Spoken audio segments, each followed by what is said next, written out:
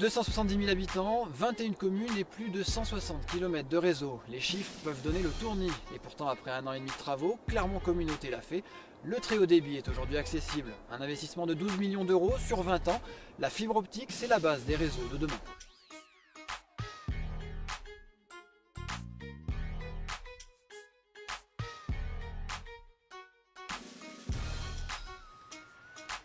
A l'origine de ce projet, un groupement, Vinci Networks, Marais et Axia. À eux, la conception, la construction et l'exploitation de ce nouveau réseau fibre optique à très haut débit. 3 départements, 8 agglomérations et 3 millions de Français ont déjà fait confiance à ce groupement. Pour le secteur public, il y avait une demande, ça c'est clair. On avait eu des rencontres de toute façon avec ces acteurs-là. Et je pense que pour le secteur privé, on a un peu anticipé la demande. Pour Clermont-Ferrand, le réseau repose sur 2 boucles distinctes, nord et sud. S'inspirant du parcours des 14 km de lignes de tramway, elles permettent de sécuriser le réseau.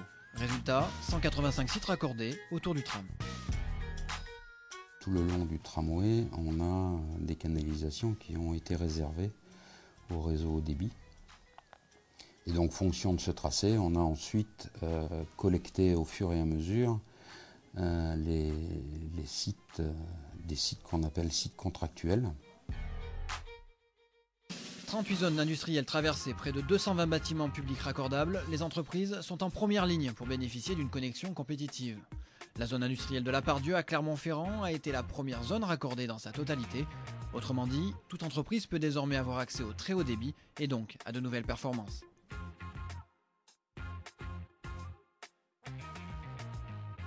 La fibre, ça va beaucoup plus vite parce que la qualité de service aussi est meilleure que sur le cuivre. Or, ce réseau, un petit souci, c'est simplement que plus on est loin du central téléphonique, qu'on appelle aussi un répartiteur, plus les débits s'affaiblissent. C'est un inconvénient que la fibre n'a pas. La fibre est en plus symétrique, donc le débit qui arrive est le même que le débit qui part de l'entreprise. Et puis on peut plus facilement aussi augmenter les débits, on va dire ouvrir le robinet, entre guillemets. Un accès facilité et moins cher au haut débit résulte essentiellement d'une seule politique, le dégroupage. Ainsi, la possibilité pour des opérateurs alternatifs tels que 9CGTEL, Complétel, des opérateurs locaux avec Adista, d'utiliser directement la boucle locale.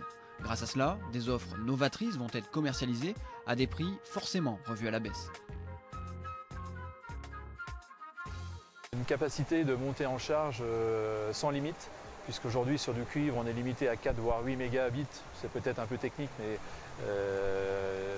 la fibre permettra de multiplier par 10, par 100 ou par 1000 cette capacité. Donc on réduit tout ce qui est frais, que ce soit essence, hôtel, temps homme, etc. Donc un réel coût intéressant au niveau de la visio.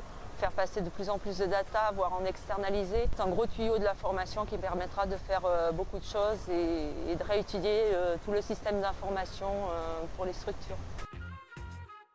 Déjà bien ancré dans les délégations de services publics, 9CGTEL reçoit 1 millier d'appels d'offres par an. À Clermont-Ferrand, l'opérateur mise sur l'attractivité. Il faut savoir qu'avec le Clermont Communauté et notre partenariat, on peut proposer un accès 30 mégabits 50% inférieur au coût de l'ADSL rapporté au méga. Donc pour l'utilisateur final, c'est bénéficier d'une connexion très haut débit pour un prix qui défie toute concurrence. Pour installer cette fibre optique dans les 21 communes de l'agglomération clermontoise, 2 techniques ont été utilisées. Celle dite traditionnelle au rythme de 150 mètres par semaine et celle mécanisée, beaucoup plus rapide et peu contraignante, comme ici avec la pose de fibre sur autoroute. Avec le Clean Fast, la manœuvre est 4 fois plus rapide et au moment de reboucher, tout a été pensé pour sécuriser la pérennité de cette fibre optique. Les 45 cm qui ont été ouverts ont été rebouchés avec un béton coloré. Donc toute entreprise amenée à faire des travaux décèle automatiquement ce béton coloré. Il n'y a plus de grillage avertisseur, mais l'avertisseur c'est le béton. Enjeu de compétitivité du territoire, ce réseau est un service public local. Il apporte un service équivalent à des coûts similaires, quel que soit l'endroit où l'on peut se situer sur la communauté de communes. Quel que soit l'endroit où l'entreprise a des besoins, la fibre optique permet d'amener le même débit et la même garantie de débit et de symétrie des informations qui seront amenées sur cette fibre optique. C'est la caractéristique principale du support fibre optique.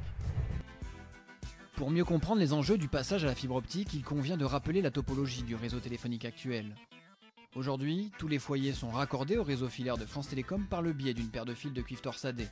Partant des foyers, le cuivre est collecté dans des NRA, nœuds de raccordement des abonnés. Là, les communications sont triées et dirigées vers les centraux téléphoniques ou des opérateurs alternatifs via la fibre optique.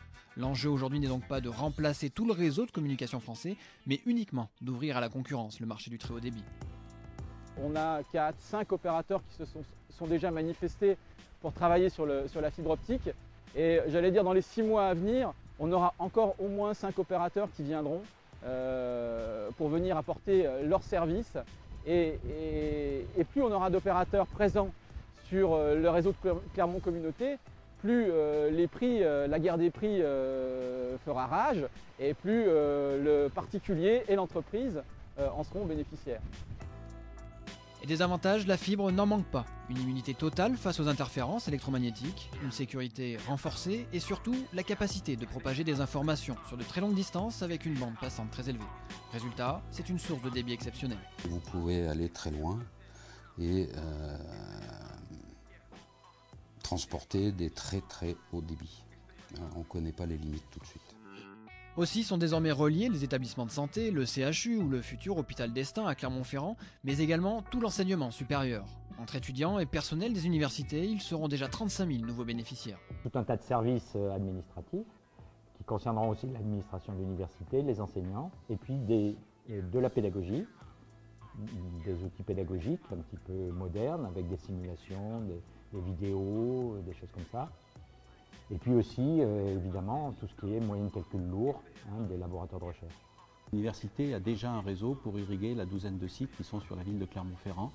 Et là, il s'agit d'étendre en fait ce réseau à toute la communauté de l'enseignement supérieur et de la recherche. La chose majeure pour nous, c'est qu'effectivement, on va atteindre maintenant des débits de l'ordre du giga, voire de 10 gigas sur une boucle qui va sécuriser le réseau. Du côté de la Chambre de commerce et d'industrie de Clermont-Ferrand, le très haut débit suscite un intérêt plus qu'affirmé. On fait actuellement à savoir des accès via Internet à des applicatifs qui sont centralisés au siège de la CCI.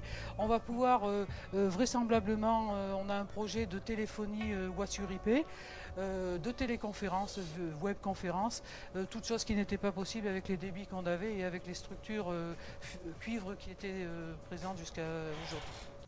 En plus, l'interconnexion des bâtiments publics contribuera à un service public optimisé et une meilleure information pour les citoyens.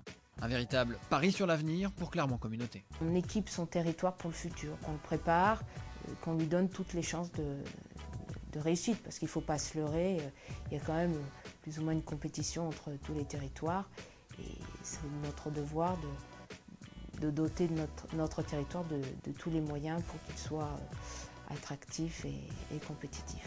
L'agglomération clermontoise va donc gagner en dynamisme et se faire une place de choix parmi les grandes communautés de communes françaises utilisatrices des nouvelles technologies de l'information et de la communication.